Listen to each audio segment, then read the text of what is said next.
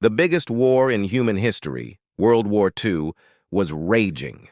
The United States desperately needed its best pilots. But there was a problem. A shocking, almost unbelievable problem. At the time, the U.S. Army Air Corps believed that African American men lacked the necessary courage, intelligence, and skill to fly combat aircraft.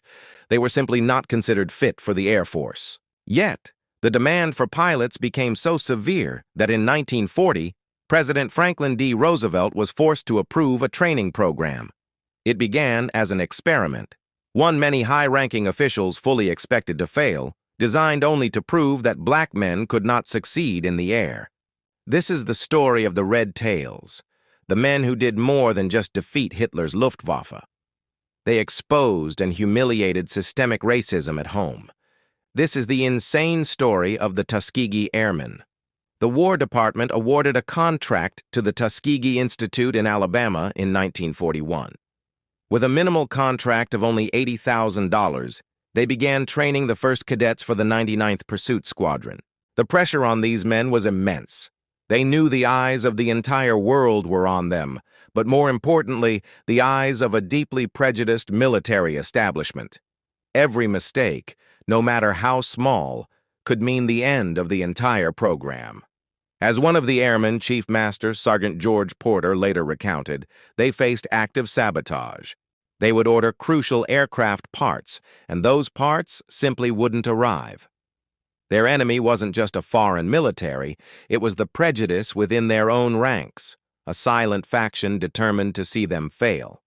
But the Tuskegee pilots did what true heroes do. They adapted.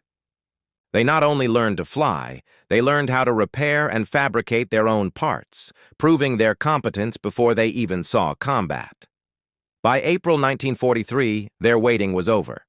The 99th Fighter Squadron was deployed to French Morocco, marking the beginning of their real fight. Equipped initially with Curtiss P-40s, they began combat operations from bases across Tunisia, Sicily, and Italy. The real turning point came in February 1944. The 99th was joined by 3 other squadrons to form the legendary 332nd Fighter Group, commanded by the brilliant Colonel Benjamin O. Davis, Jr. This group would eventually transition to the mighty P-51 Mustangs, the aircraft whose distinctly painted deep red tails earned them the famous nickname, the Red Tails.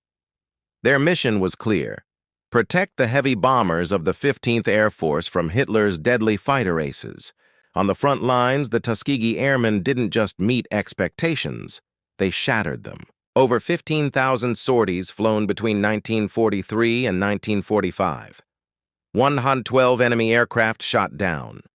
They even achieved the extraordinary feat of sinking a German destroyer with machine gun fire alone.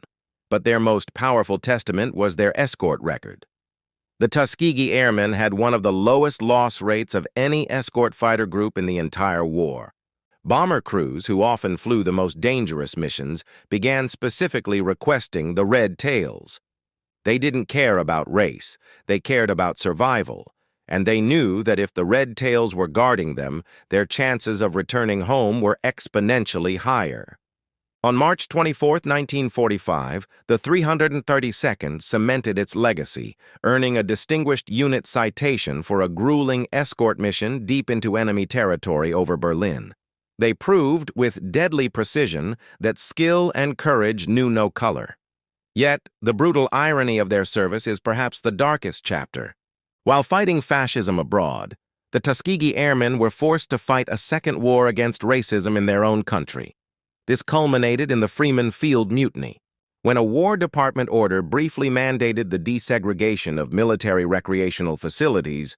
Over 100 black officers, American heroes, were arrested for simply attempting to enter the all-white Officers Club at Freeman Field in Indiana.